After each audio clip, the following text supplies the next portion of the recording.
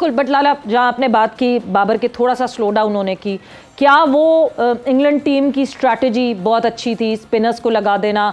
बाबर का weak link है spinners को फेस करना। आपको लगता है बहुत ऐसा पार्ट है ये, ऐसी जगह है जहाँ पे बाबर को बहुत ज़्यादा हार्डवर्क करना पड़ेगा? बिकॉज एक वीक पॉइंट पकड़ा जाता है किसी एक बड़े प्लेयर का, तो सारी टीम्स उस पर कैपिटलाइज करने की कोशिश करती हैं।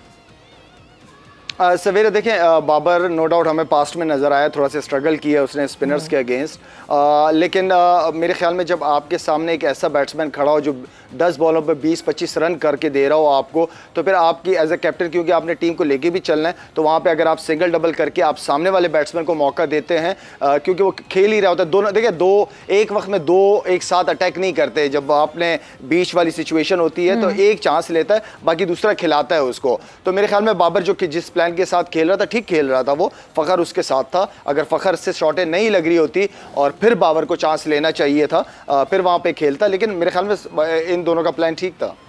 हारिस रऊफ का कमबैक हुआ है शायद भाई, आपने पहले ओवर में उनको रन्स हुए, लेकिन मजमूई तौर पर जो उनकी बॉलिंग थी आप किस तरीके से देखते हैं? रिदम में बिल्कुल अपनी वो पेस में जिसके लिए वो माने जाते हैं, और एक्यूरेसी भी कल थी। आप मुतमईन उनकी कारकर्दगी से कल की?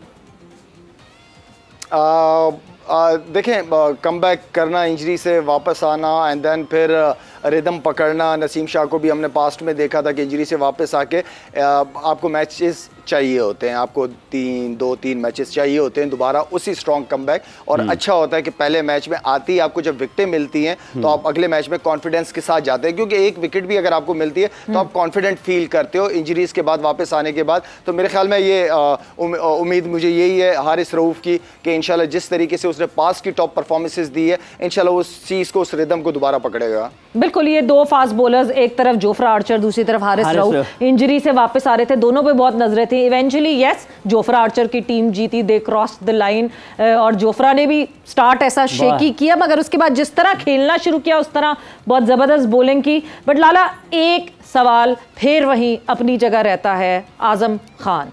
आजम खान को आप खिलाएंगे तो जाहिर सी बात है आपको कीपिंग भी आजम से करवानी पड़ेगी। आप फील्ड में आजम को कहीं एज फील्डर इस्तेमाल नहीं कर सकते। कल कीपिंग पे लैप्सेस दिखे, वो देर से बॉल पे पहुंच रहे थे। क्या इन चीज़ों को हम मैनेज कर पाएंगे वर्ल्ड कप पे? सवेरा, आई मीन कि देखिए, फिटनेस मेन चीज़ है आपकी सवेरा। अगर आप फिट हैं तो आप ग्राउंड के अंदर खुद ब खुद आपकी बॉडी लैंग्वेज बता देती है, आपकी बैटिंग में बता देती है, आपकी बॉलिंग में बता दी है। तो फिटनेस पे तो कोई कॉम्प्रोमाइज़ है नहीं।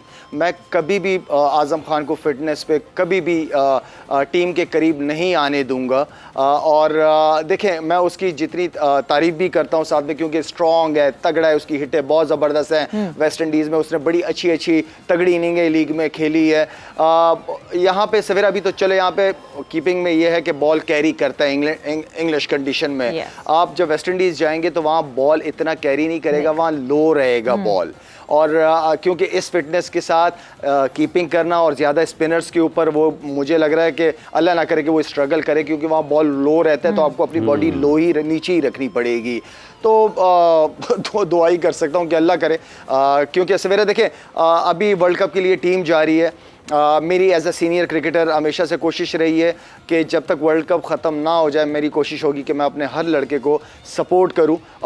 वर्ल्ड कप हो जाए उसके बाद हम चीज़ें आपस में डिस्कस करेंगे, क्या क्रिटिसिज्म किसके बारे में क्या करना है वो हम बाद में करेंगे। लेकिन अभी फ़िलहाल मेरी कोशिश यही है कि मैं सारों को सपोर्ट करूँ। मेरी थ्रू कोई ऐसा मैसेज लड़कों को ना जाए जिससे वो ये फील करेंगे यार शायद भाई अभी हम वर्ल्ड कप पे जा रहे हैं और ये इस तरह की बात कर रहे हैं। तो मैं नहीं चाह रहा कि किसी के हवाले से भी कोई बात हो।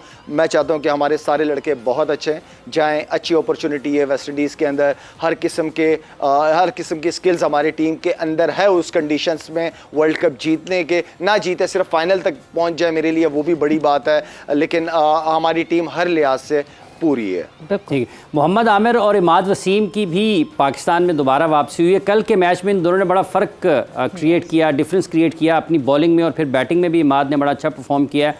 आपको लग रहा है शायद भी ये जो एक मिडल ऑर्डर में या लोअर ऑर्डर में इमाद हैं, इनके बैटिंग ऑर्डर के साथ भी कुछ छेड़छाड़ की जा सकती है और आमिर को ठीक तरीके से इस्तेमाल कर रही है पाकिस्तान टीम मैनेजमेंट? देखिए, मोहम्मद आमिर का जो है, मोहम्मद आमिर की जो हमने स्ट्रेंथ देखी है वो यही देखी, अच्छी पेस और अंदर आता हुआ बॉल।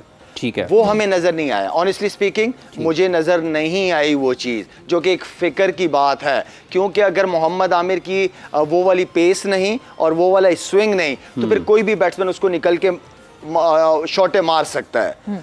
उसके पास जो उसकी एक स्ट्रेंथ है वो स्लो बॉल है या यॉर्कर है, लेकिन उस यॉर्कर के लिए भी आपको अच्छी पेस चाहिए होती है।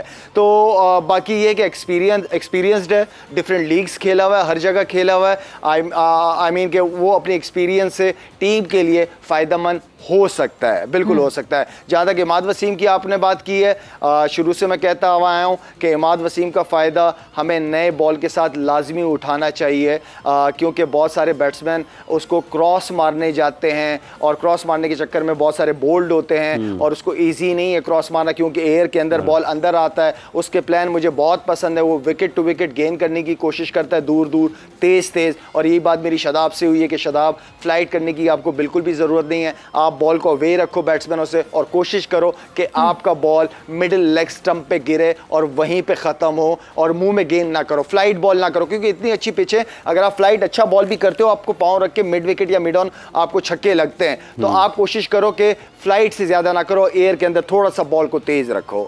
लाला, आपको लगता है जहां शादाब को बैटिंग करवाई जा रही है वहां इमाद को आप प्रमोट कर सकते हैं और इमाद को बैटिंग करवा सकते हैं? बिकॉज बड़ा प्रॉमिसिंग बैटिंग, पहले भी बैटिंग करते हुए आए हैं इमाद और बड़ा प्रॉमिसिंग उनका हमेशा बैटिंग फिगर्स रही हैं। पाकिस्तान टीम को कई दफ़ा उन्होंने अपनी बैटिंग से भी जितवाया है। सो ये स्वॉप हो सकता है, शादाब के ऊपर बैटिंग का भी प्रेशर कम करेंगे आप?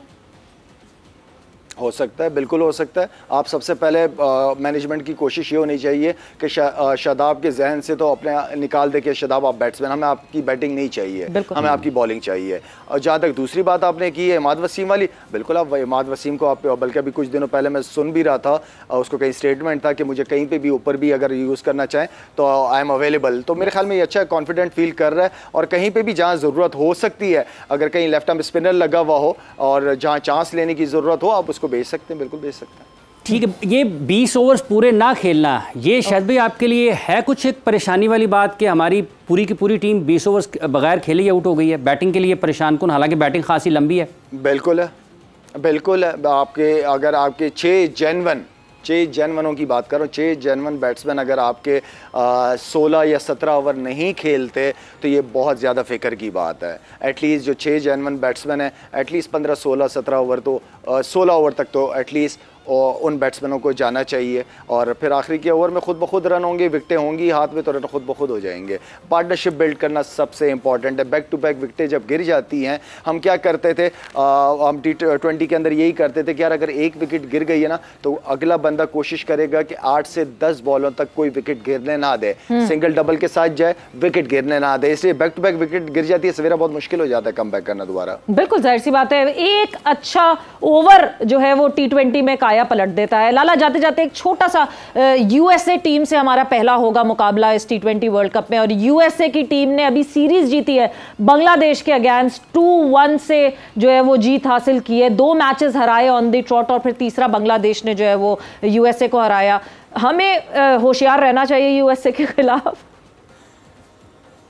मेरे ख्याल में हमें हर टीम से ही होशियार रहने की जरूरत है। आप इस फॉर्मेट के अंदर नो वे, जैसे आयरलैंड में हुआ है सवेरा या जो न्यूजीलैंड ए टीम करके गई है, तो मेरे ख्याल में तो आप इस फॉर्मेट में सवेरा किसी को भी अंडर एस्टिमेट नहीं कर सकते, नो वे।